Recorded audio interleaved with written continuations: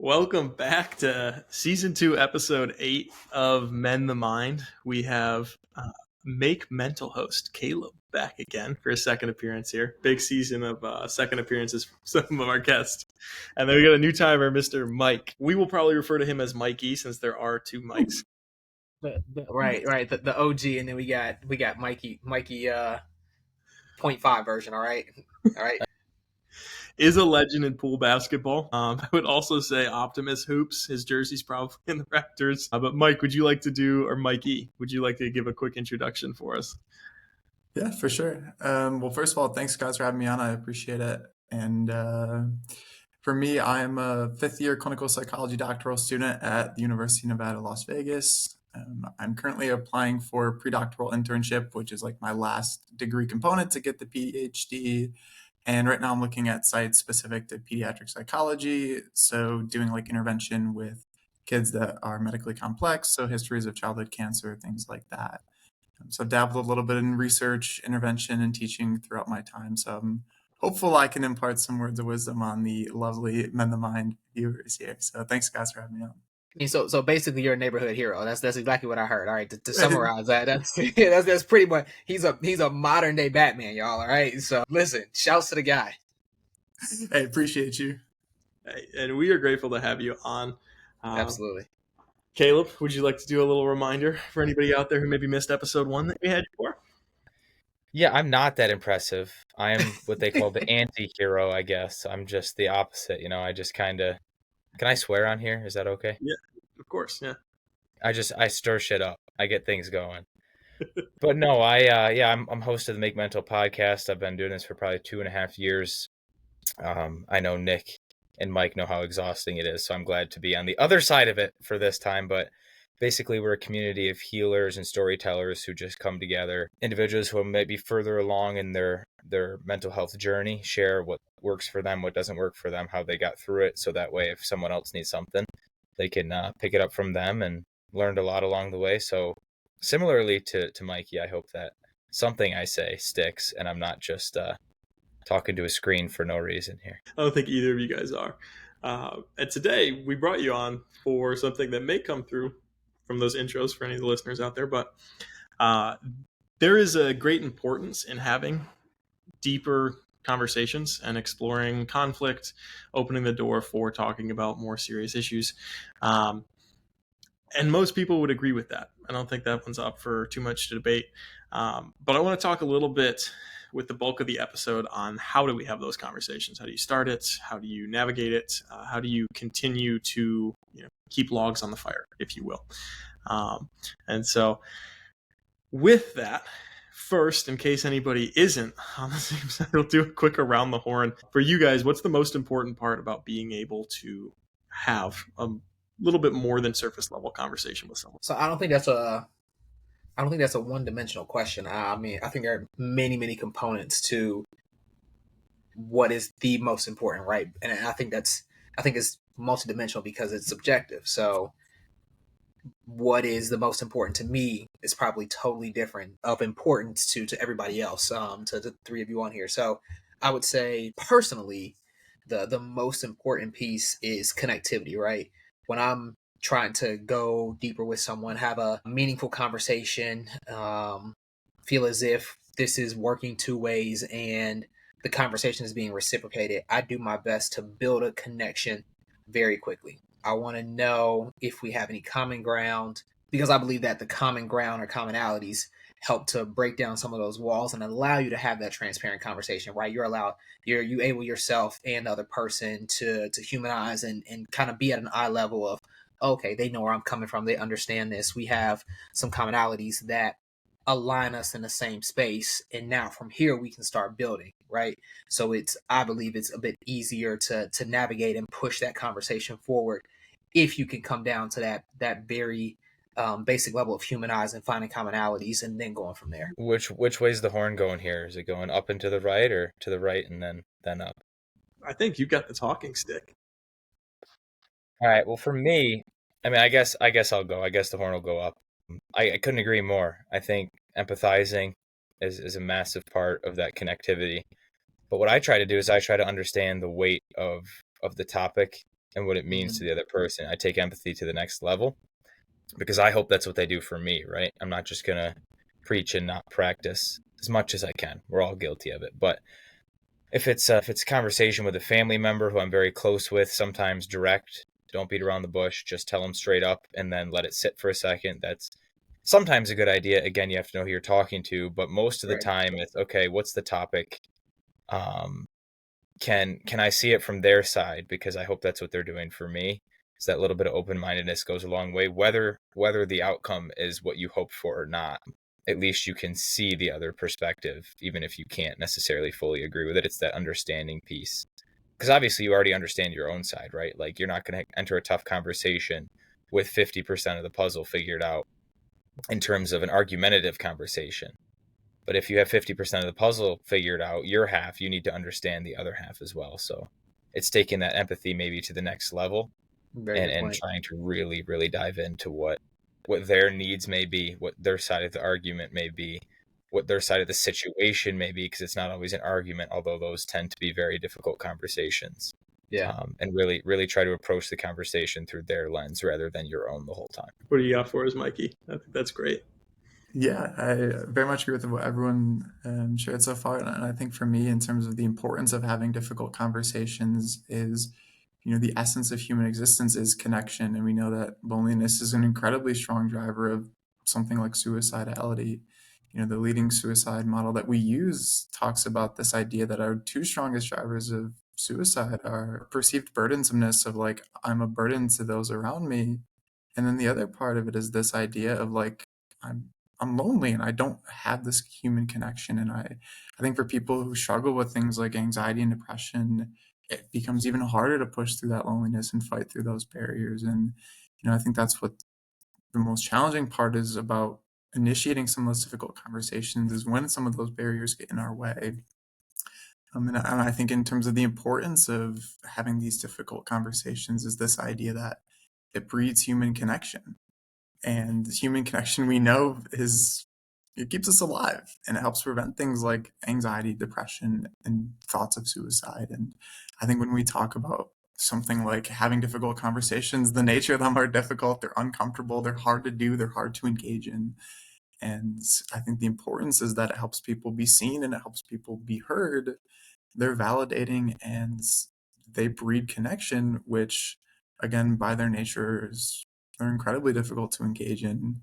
And yet we know it's one of those things where you lean into that discomfort and you push through those barriers, and it's hard at the moment. And you often like what's on the other side because it really draws back into some of these really strong factors of something like human connectedness. I think 3 phenomenal points all around. Starting with Caleb, I really like the puzzle, like the 50-50 idea, and that increased understanding using empathy and seeing the other perspective, right? You have to, one, be willing to accept the person as a whole. And that's where my head went to, was even if I don't support the decisions, maybe that's what the conversation's around, supporting that person and finding a way to do that. Because if you are building the connection that Mike and Mikey hit on, step 1 is wanting to have that connection with that person, or wanting to be a connection for them at the bare minimum. And it's so relevant everywhere, whether that's in a sales relationships, consulting, like a service, counseling, interpersonal relationships, parenting, relationships, from like a romantic perspective. And to your point as well, Mike, it is subjective. It's going to be different depending on the issue, depending on the person. Yeah. And then, Mikey, when you were talking, the idea of 1% better every day is one that we love in sports psych and in positive psych in general. But there is this idea of 1% worse every day, too. What's the flip if you're 1% more isolated every day? What does that lead to over time? We know that it leads to insane gains and things like these atomic habits, if you will. And then, you could have atomic losses, too. That's got to be a part of the conversation. Nick, I haven't heard that one before. 1% worse every day. Break that down for me a little bit more. That one is interesting to me. Yeah. So honestly, just pulled it out of a hat. Not an actual thing that I've read anywhere, but I'm just flipping the idea of that 1% better we love to use in the gym. Because if you think about the fraction, right, you're 1% better, and then the next day you're 1% better. That 1%, the margin of increase goes up. And so over the course of a year, the whole idea is if you're 1% better each day, that's a huge, huge positive. right? Well, what if Yeah. you're going down the slope? Probably going to be Fair. huge. So that was all. Totally fair. Totally fair. The next question I have for you guys would be, how do you tend to start difficult conversations? Just you personally. Kind of sort of like that. Kind of sort of with a long awkward pause before I go into it.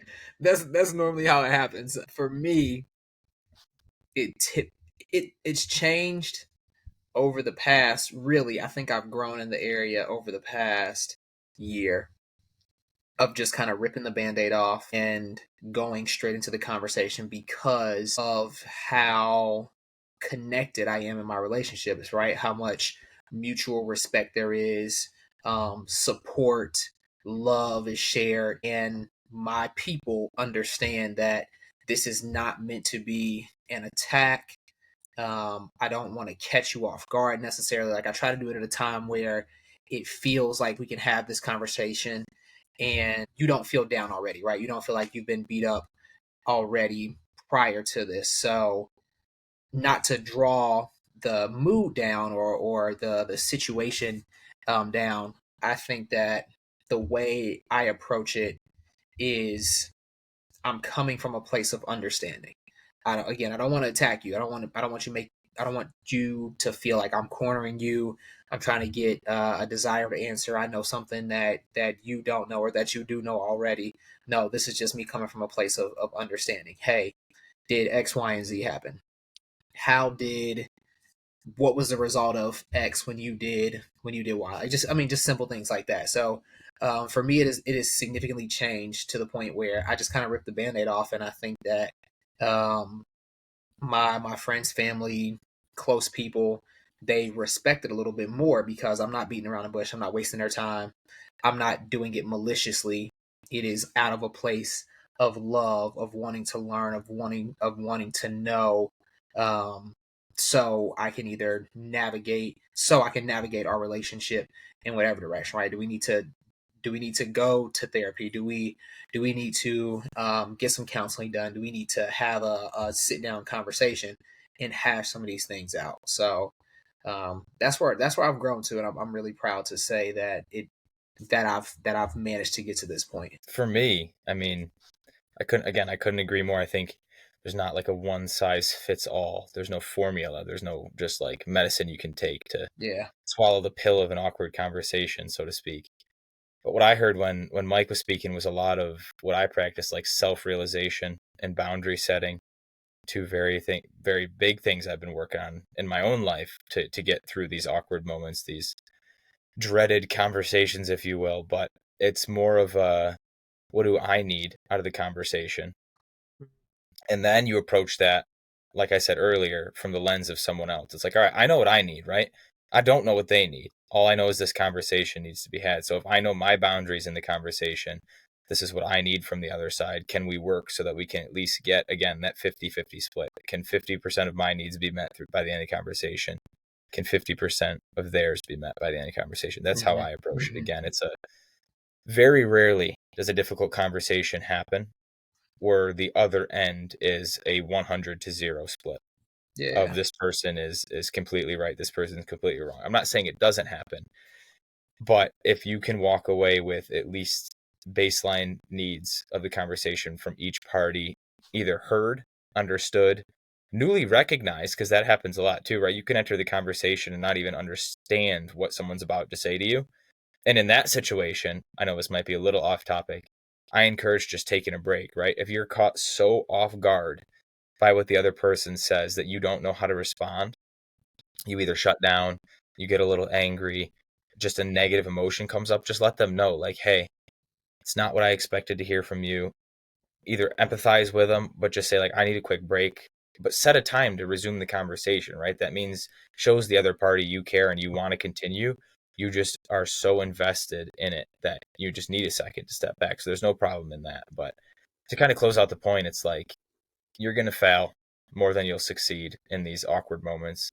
You'll probably end up pissing a few people off, and to those people, you just got to apologize or continue with life. But it's like, to get through the awkward conversations and come out with that 50-50 desired result, you're going to have to have your needs in your head, your boundaries, like where are you willing to go in the conversation, understood, and then back to Mike's point, just start it, right? Yep. Let that awkward pause sink in so people understand the weight or the gravity of the conversation, and then just approach it from that place of love after you've already figured out those three things that I just mentioned: your boundaries, your willingness, and where you'll take the conversation. No, at the risk of sounding like a therapist here, I think I heard two things in there, and I think it's a good thing to kind of to jump in on. I think the two things, like from Big Mike's perspective here, the first one was this idea of validation and listening to understand. I think that that's such a key component of engaging in those difficult conversations. And similarly, like Caleb mentioned, this idea of setting your boundaries. And Marsha Linehan's one of the famous psychology figures that we have, and she actually published or came up with DBT, or dialectical behavior therapy. It's one of the leading treatment modalities that we have, and in there she has this whole module on interpersonal effectiveness, and she talks about like how and what are the steps to being interpersonally effective. And one of the first things that she talks about is this idea of like clarifying our goals. And our goals in our interpersonal situations comes from not only our values, but also our boundaries. You know, if I'm sitting on the bench now, I want to go talk with my coach about going and playing in the game the next day. You know, I have two things I have to consider. First, I value my playing time and I want to be able to get on the field. I also value my relationship with my coach. Now, I can go and scream at him and maybe get on the field, but it's going to deteriorate the relationship with my coach. I can go and avoid this conversation with my coach and feel better about that relationship, but then I'm not going to get on the field. You know, so I think it's really important about talking, you know, boundaries in alignment with values, and also kind of in those conversations, listening to understand and recognizing that difficult conversations bring up difficult emotions. And the more that we listen to understand the person's perspectives and how they're feeling and where they're coming from, generally the more successful those conversations are going to be. And I think just by the nature of difficult conversations, if you walk away and you're not smiling, or you're still stressed, or you feel like it wasn't resolved, that doesn't mean that it was an unsuccessful conversation.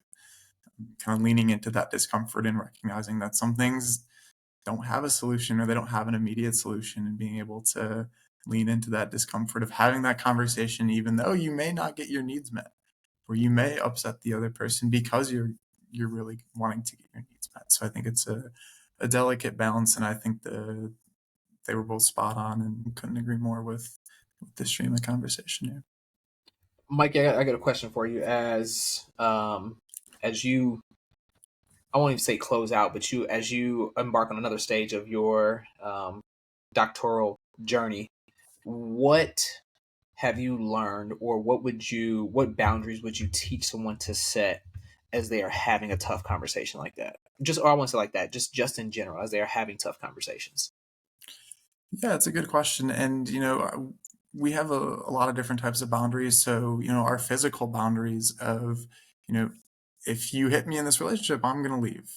If you hit your parent, you're going to go into timeout. We have emotional boundaries.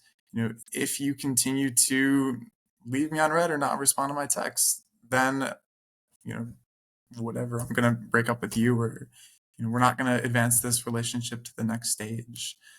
And our boundaries come from our values. Okay, well, I value honesty, and yet I'm with a partner who is continuously lying to me. So that is probably going to cause you a lot of distress in your relationships. Yeah. Or maybe you're in a spot where you feel like now you have to lie to your partner to maintain this relationship.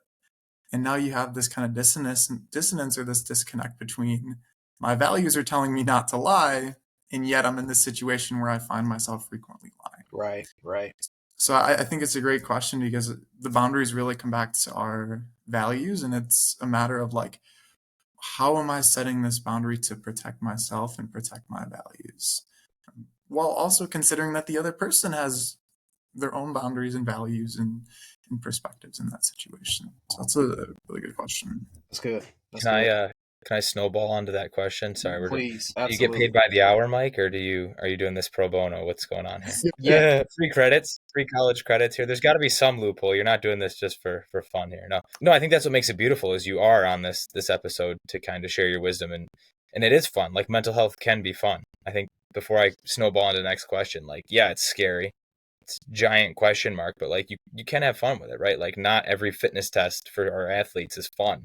But like the end result of those fitness tests of being more fit is the fun part. So preacher Caleb will step aside here for a second. But Mike, when you were talking about values, how do you know your values, right? We're surrounded by so many things Yeah. social media every single day. I can't get away from it at the moment. That's not a value of mine and I'm stuck in it. But how do you really strip it down and say, I'm Caleb Munski and I value these 3 things? Because if you don't even know yourself, how are you supposed to have the confidence to embark in these conversations?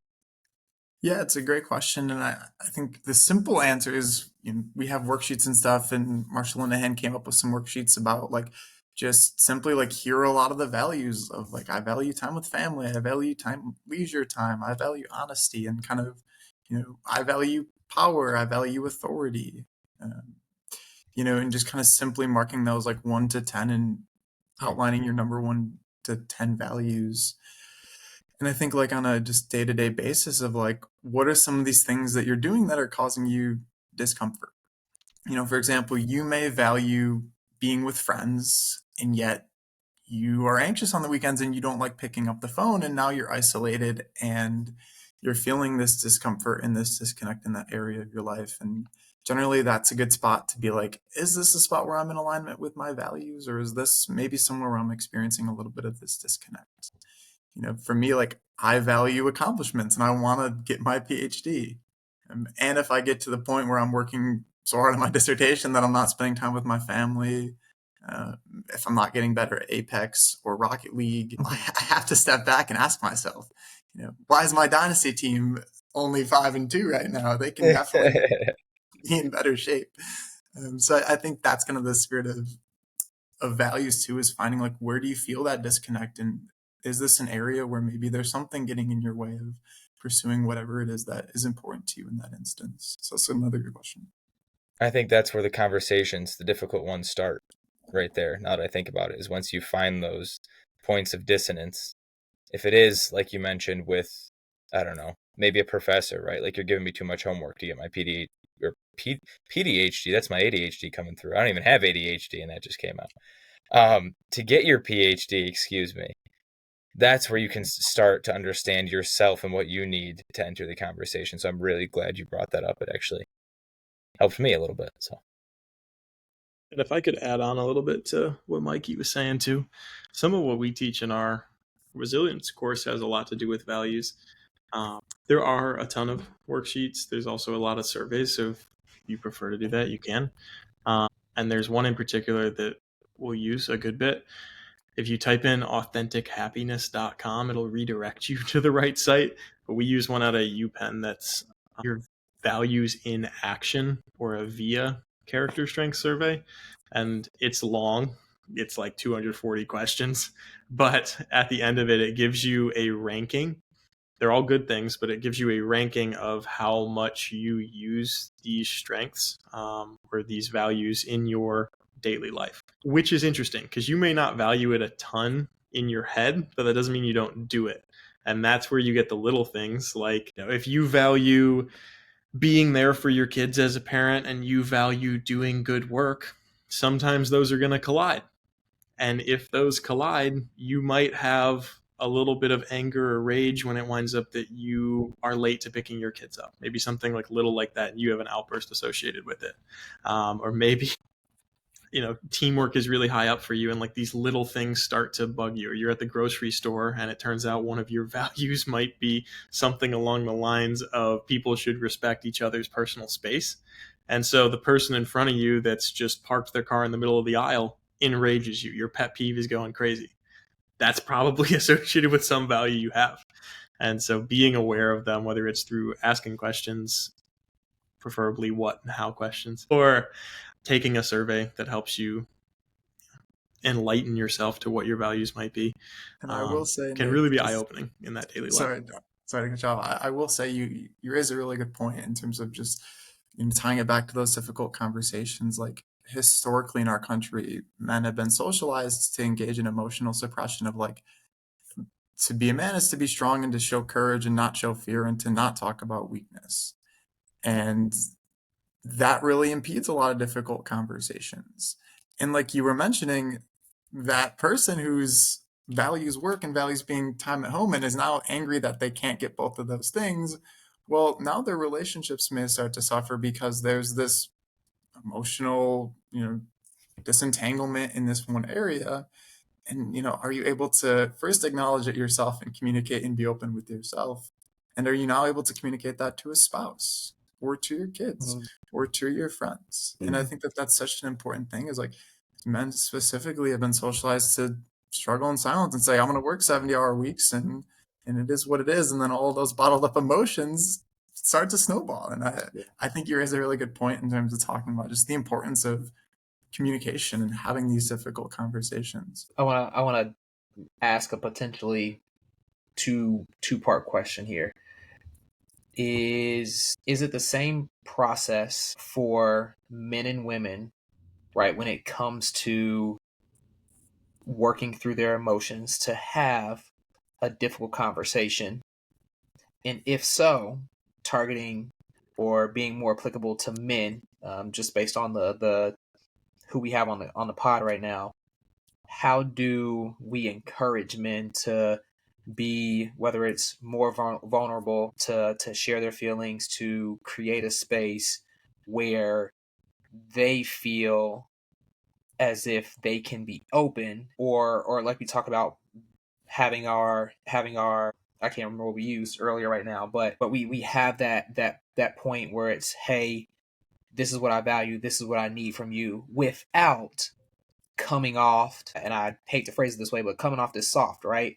Like you said, we oftentimes have that, oh, we got to be big, strong, masculine all the time. Like, how do we phrase those things, have those conversations in those manners? Yeah, I think that's a great question. I guess I'll just open up to Nick and Caleb too, because I don't want to just dominate the conversation, but I think it's a great question. I mean, first of just this idea of like, how do men initiate difficult conversations, and more specifically, like how do just other demographics, not only just men, but even like historically disenfranchised groups like racial and ethnic minority populations, they, for good reason, have not wanted to speak up in a lot of different situations for a wide variety of reasons. And, even working with racial and ethnic minority youth in the school system, they face higher rates of things like punitive discipline, meaning they get caught when they're doing things that they're not supposed to be doing, and they're often getting ignored when they're doing things that they're supposed to be doing. So I think also just normalizing that, like, there are some situations where people do not feel safe and comfortable engaging in difficult conversations, and for really good reason. And I think, to your point, Michael, just letting people know regardless of your demographic, that you have a voice and that you have a space, and, encouraging people to be more open and encouraging and advocating for not only their own demographic, but for other demographics as well. So I'll kind of open it up to Nick and Caleb. Yeah, that's good. Yeah, great question. Yeah, I mean, to answer your first question there, Mike, I think it's a totally different process for males and females to engage, or at least start the conversation. I think it's a totally different process for the two dominant genders that we're referencing here to engage in that conversation. It's like, and I didn't really realize it until I became a coach of a female sport. And difficult conversations have to be had, right? Like, you don't want to tell someone, I'm sorry, you can't play today. Like, we've all been there if you're athletes before. Like, that's not something you want to hear, but for the betterment of the team, it might be the better move today. It doesn't mean that you're any worse than you were yesterday. It's just the needs of the team are different today than they were the other day. But the preparation for that is different. Again, from a power dynamic, right? I'm the coach, they're the player. There's already a difference there. To get to Mike's point, sometimes people don't feel comfortable or safe engaging in that conversation. And then secondly, like, the needs and the way our minds work and the way our bodies work are totally different. Just two totally different needs. And I can only speak from one side of the coin, but being a coach in the female sport world, I can at least see the other coin, right? It's that concept of, if I can't understand wholly can I understand where they're coming from. So preparation is different, but for me as a coach and as a male, it's like, okay, I know my place in their world, right? Like, I'm a male figure. All of them might not have had how I operate as a male figure in their life before. So that's the first thing I try to understand is, how did their fathers treat them? How did their brothers treat them? What are they used to hearing from a man? And are there any trigger points there, right? I have to understand that first. Otherwise, I can't even engage. Secondly, then I prepare myself and say, okay, what do I need to get across? How do I tell them they're not playing today without wrecking their whole world, when they could have just come from class and failed a test or got in an argument with their significant other, right? And then it becomes about soccer for me, as important as that is, because that's the sport I coach. And then it's, okay, well, if you want playing time today, can you show me in the 30 minutes of warm-up that you've improved in X, Y, and Z? And if they have a counter argument, then it's this dance of, is my mind already made up? As the assistant coach, what is then the conversation I have to have with the head coach if I believe this player and they deserve a chance? And if they don't, can I at least give the head coach a heads up? I'm oftentimes that bridge. But to start the conversation, it's understanding my place and my part in their world. And then from there, what do people who look like me and act like me, what were they historically for them? Then again, what's the next step? That's how I approach it. And again, I can only speak from my half because I don't know. And I've never had a female coach on the other end. I've just had male coaches for me. So I don't even know that aspect. But I would argue greatly that the preparation for a difficult conversation is different between males and females. Yeah, we see a lot at work too. And again, there's going to be exceptions to both sides of the coin, right? So person to person level, generally speaking, a little bit different. With men in particular, that's what we work the most with the Army. And one of the easiest ways to level something such as, weak people get help is by leveraging other values. It's a little bit more confrontational than I like to, but you can flip, okay, weak people look for help or weak people need help, into, well, a strong team member doesn't let their team down. And I'm worried about you letting the team down. Something along those lines.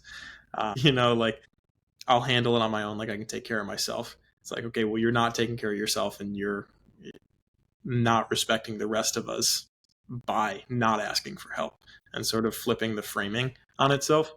I also think this opens up a very interesting point with the book I was alluding to you guys before we hopped on. But this idea that there's a client and a helper in just about every relationship. And if you're helping without, what Caleb said, is understanding what that client wants, it's really tough, because if you offer advice too soon, they're going to dig their heels in. If you don't fully have that understanding, we get a little bit of an ego trip. If Mike comes to me and he's like, yo, can I get help with this? I'd be like, yes, dude, of course. Throw a million things at him. And now suddenly he's like, I've already tried this, that, and that. It's like, you're not even trying to help me. Like, you didn't even listen to me. And that's an issue too.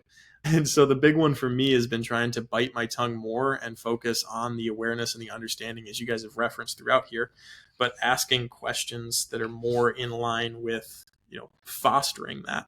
And so they had a list here of some that you can do, like, in the conversation, not as much on the beginning, but prompts. And for me, who's someone who's bad at these conversations, thought this was helpful. They used, go on, tell me more, tell me what's going on, how can I help? So what's bringing this about? Can you give me some examples of something, instead of assuming that I know, since you mentioned this is the topic, what that looks like to you? Because we may have different definitions of, something like anger or irritation. Asking for more details. When did it last happen? Like, have you told me everything? Making sure you've got the full picture. And then even some more process oriented ones, like, what happened next? Let's put some timing to it. Why do you think you're having the problem, instead of telling them why you think they're having the problem? And so that's been really eye-opening to me, is, what are the right questions to ask to drive that understanding? I think with men in particular, I know I'm way too happy to say, how's it going? Good. Sick. Awesome. Have a good day, man. And so having some prompts of what do you actually say there if something's not okay, if you notice something, has been a big difference maker. I mean, Nick, I'm 100% guilty of it. The question of how are things going? If I get good, if I get solid, awesome, I'm gonna Yeah. leave it right there. Like Yeah. I am 100% guilty of just like, all right, cool. Like that was enough for me. And I think it's because for so long I've operated in the space of I assume that people will share when they want to share, when they're comfortable, right? And as I reflect on that, I think part of that is true, and I also think part of that is, do they feel safe to share in this space? Like, right, have I created an environment where they feel safe, where they feel like they can open up, be themselves, and they can trust me with whatever information it is. And that's partly because of it's how I am, right? If somebody asks me, how are things going?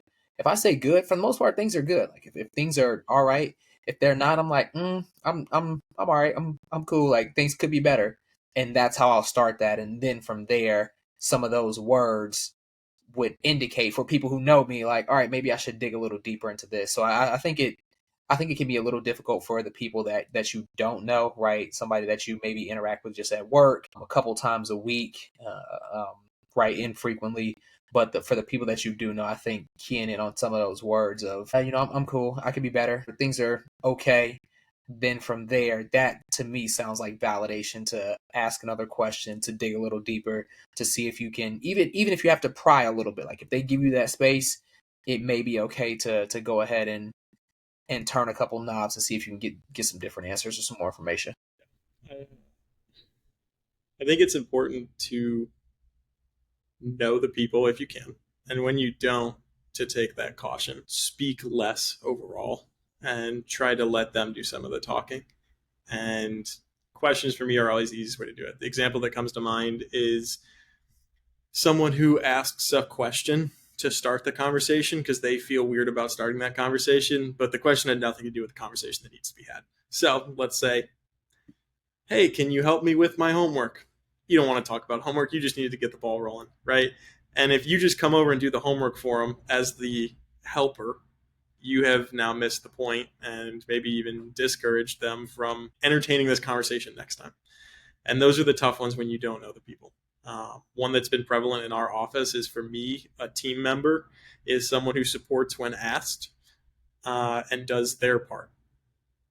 But it's not someone who goes out of their way asking for more work. And for other people, if you're a good team member, you're always checking in if there's more you can do. I don't think either one's necessarily wrong, but I don't know that if I don't have that conversation with them. And that's half the problem. I think it's so situational. And and again, it's incredibly tough, for lack of better words. But I always do this this process, and it's a lot of S words, so hang with me. I go Scrooge, number one, and just bear with me. I know this is a bizarre roundabout. This is not the PhD way to do things, but Scrooge first, right? I remove myself from the situation. If you think about the holiday movie there, he kind of floats above himself and sees those three values or things he'd likes to change in his life, right? So, I Scrooge. I see the situation. That's the second S. I take myself out, look at the situation from above. So Scrooge, situation. Then it's all about survival, right? After you've, from my very first point, after you've understood your boundaries, the situation, have been able to remove yourself from the situation for a second to see if you can understand the other person, then it's about survival. It's okay. Is this going anywhere? If it is, cool, let's continue. Let's keep the conversation alive. If it's not, can we postpone to a later date? If it's very urgent and this person you're talking with needs help, again, depending on the situation, then you have to go into different modalities. And then it's success, right? After the conversation, whatever you were looking to get out of it, did you? And if you didn't, to Mikey's point, how can you lean into that uncomfortability? Does there need to be a second conversation? Do you have to start on step one? Where do you go? So I always go through the 5-step S process. I don't really have a name for it. It's just something I kind of do, is take myself out of it, see the situation at hand. And again, it's tough because if you know the person, right, you can skip a couple steps. Like they know what's coming. You're not hitting them with a surprise. You're not hitting them with a curveball. They know you're about to do this process. But if it's someone you only have a one-off conversation with, then that process might help you. So again, so much trial and error, so much dependency on who it is, what you're talking about, and how familiar you are with them. But that might be a good place to start, in my clearly unprofessional opinion. I think that's a really good point to bring up. And I love the 5-step model, even if Mikey won't sign off on it. I'm willing to endorse it. What he doesn't know is he's actually my client right now, and I'm just trying to plant seeds. That's the 6S. I'm trying to plant seeds in his head. So when he becomes famous and helps the whole world, he's your friendly neighborhood Mikey. I'll be in there somewhere. And it's noble and humble of you to let him take the credit. I love that. I mean, come on, look at him. Just look at him. You can't. How could you not? He's the face of the operation. I'm the brain. Don't let him fool you. I do want to start to wrap us up here a little bit. If we could go around the horn one more time. What is something that stuck out to you in this conversation, or one final point, if it hasn't been said yet, but something that you think you can work on, something that you would like to be better at, to do a little bit more of this week in terms of having, embracing, or continuing tougher conversation? Growing that mustache of yours. He's too sweet. He's too sweet. Because you're lucky the lighting isn't good. You'd see his eyes. They wouldn't have paid attention to anything we said. I mean, I guess I could start. I'll start, and then we can let Mike think. I know that was a cop out from Mike. We're not going to let him get away with it. Like I said, I'm the brains. That was his just way to say his piece. But no, for me, it's probably, like you've mentioned, can I do more listening than talking? I mean, anyone in my life knows I talk quite a bit, more than I should probably, and I end up putting my foot in my mouth. But just in general, again, I think a lot of it is what I've learned from being a coach. And again, it's just, what are other people trying to tell you? Are you talking so much that you can't even see the situation? What do people need from you? You start to understand so much more about your own values when you stop projecting them everywhere. And I was listening to a Jay Shetty podcast with, why am I going to forget his name? It's really going to make me angry. I'll think about it and then come back to you at the end, because he deserves credit. But he said, in order to judge less, be judgeless. And what he means by that is, you walk around all day long, and for the most part, it's just a constant battle of judging, right? Like, oh, this person didn't hold the door. This person didn't say hello. This person didn't engage in conversation. My boss is so rude. My boss doesn't give me enough work. Why didn't my mom give me, like, it's just a constant battle of judgment when you don't even know what's in their head. Like, if you make a mistake, it's like, oh, they instantly think X, Y, and Z about me. It's like, no, that's what you're thinking about yourself. Right. So if you don't want to be judged, potentially, or at least in the existence of your own mind, try not to judge other people. Obviously, in order to survive, hey, someone's walking by me with a knife, probably good to judge them and walk the other way. I'm not saying go that far. But in terms of our psychological needs, can you do less judging and listen yourself, so that way it feels like you're being judged less and people are listening to you? Yeah, that's really, really good. That's really, really good. I'm gonna take that and run on a quick tangent, and hopefully I can tie this back full circle real fast to your point about being less judgy, and being less judgy, so you are also judged less. You said something about people not holding the door for you. If you maybe speak to somebody, they don't speak back. But fill in the blank right there. I forget where I heard. I think I was watching, or I was on Instagram, and I saw a reel, and somebody was kind of sort of talking about something very similar to that, where if you hold the door for somebody, they don't say thank you. If you pick something up that somebody dropped, they don't recognize you for it. If you do an act, all of these things, and at the end of it, the person said, they never asked you to do that, right? They never asked you to be kind. They never asked you to help them out. They never asked you to be yourself, like a good person, inherently good person. Don't judge them because of something that you assumed that they wanted, right? When you do that, it kind of makes you look silly, and then they look silly, right? Like, it kind of becomes a revolving door of, dang, like, how did I get here? So I just wanted to tie that in there, and I think it works well for this conversation for me, because it was something I did and I still do very frequently, just out of courtesy. But since seeing that, listening to it a couple times, I now operate in the space of, I'm still doing it out of the kindness and goodness of my heart. But if somebody doesn't respond the way that I want them to respond, I just let it go. Right? Like it doesn't benefit me anything to be like, oh, they didn't say thank you, or oh my God, that was so nice, or whatever. Like, just let it go. Right? Just let it go and continue to operate in the space of, I'm doing this just to be good. I'm doing this to put good into the world. I'm doing this to be a good human. And hopefully my repeated good acts affect someone, and that ripple stretches far enough to the person who actually needs it. It was Mike Posner, by the way. Mike Posner, I don't know how to say his name, but the singer, from my point. And he touched on that too. So I wonder if he was in the reel you were watching. But he may have been. I have no clue who it was. I don't know how I stumbled upon it. So it could very much so be the same person. Well, I'll bring us home then. I'll close the horn here. I think very simply, it's my message is it's okay not to be okay. And the hardest conversations are often the most important ones to have. And that often breeds a lot of avoidance, and a lot of people struggle because it's hard to fight through that avoidance. It's a lot easier to say, I'm not going to have that difficult conversation. And even something like initiating therapy, initiating a conversation with a spouse, with a parent, with a coach. The most important thing is leaning into that discomfort and knowing, like, you have a voice. It's okay not to be okay, and lean into that discomfort. Yeah, I love that. I think on that note too, that avoidance gets us in trouble sometimes. Take the example even with sitting in a sports game, you're the coach. You have an opportunity every day at practice to talk on an individual level with people and say, these are the things that I would like you to work on. This is where we're at. These are the areas of improvement. And instead, a lot of times we have this conversation right before the event. Think of promotions. How often is a boss telling you what to improve on and what to work on before you don't or do get a promotion? You see somebody else get a promotion, you think you deserved it, and then you're blindsided by, hey, you could have worked on this, that, or the other. How many times does that happen in a relationship? Out of nowhere, one person's blindsiding the other person saying, hey, we got to end things.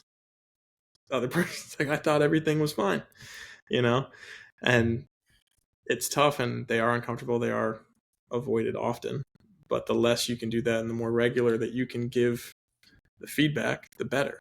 And I don't think you need to give unsolicited feedback, but even tying it to something as simple as a question on what are things that you want to improve? What are your goals and directions? And then tying your feedback to some direction that they're already headed in. Like if you want to be the most effective teacher you can be, okay, well, maybe your content's bad. Instead of coming in and saying like your content's terrible, I can come in and say, hey, I know you wanted to be a really effective teacher. I think that the weakest part of the presentations that I'm sitting through from a student's perspective is the content's probably not as high as it could be. Your strategies and your styles are awesome, but like this is something that I would encourage working on. And that's a completely different conversation than not having it and coming in and saying, yo, you suck at this. Or them interpreting that they suck at it based on, not getting picked to do a big teach or something that they were looking forward to. So yeah, and that's kind of my big point. I do want to give a shout to Caleb with the breaks. I'm terrible at breaks, especially in trivial things such as fantasy football. I would rather argue till I'm blue in the face, and I could be a lot better at that. So that is something that I want to work on, is having the composure to take a break in the middle of a conversation. If I don't have an answer, don't force one, don't pull something out of your ass. Just have the composure and the respect for the conversation and the other person to not dig your heels in and say, hey, can we come back to this? I think that's all we got. We lost Mr. Caleb due to a connection issue. He did say he was trying to get back in. Who knows if he'll get back in during the exit. But this has been an awesome episode. I learned a lot. I appreciate you for hopping on, Mike. I appreciate Caleb for hopping on as well. You may hear this. Yeah, virtual sphere. Thanks for having us. The brains in the operation. But yeah, of course. And then this has been episode 8. If you made it this far, we're running with Mike's tagline, or Michael Hall's tagline. That if you made it this far and you haven't liked, subscribed, commented, go ahead. We're here. looking forward to it. Treat yourself to a subscription to us.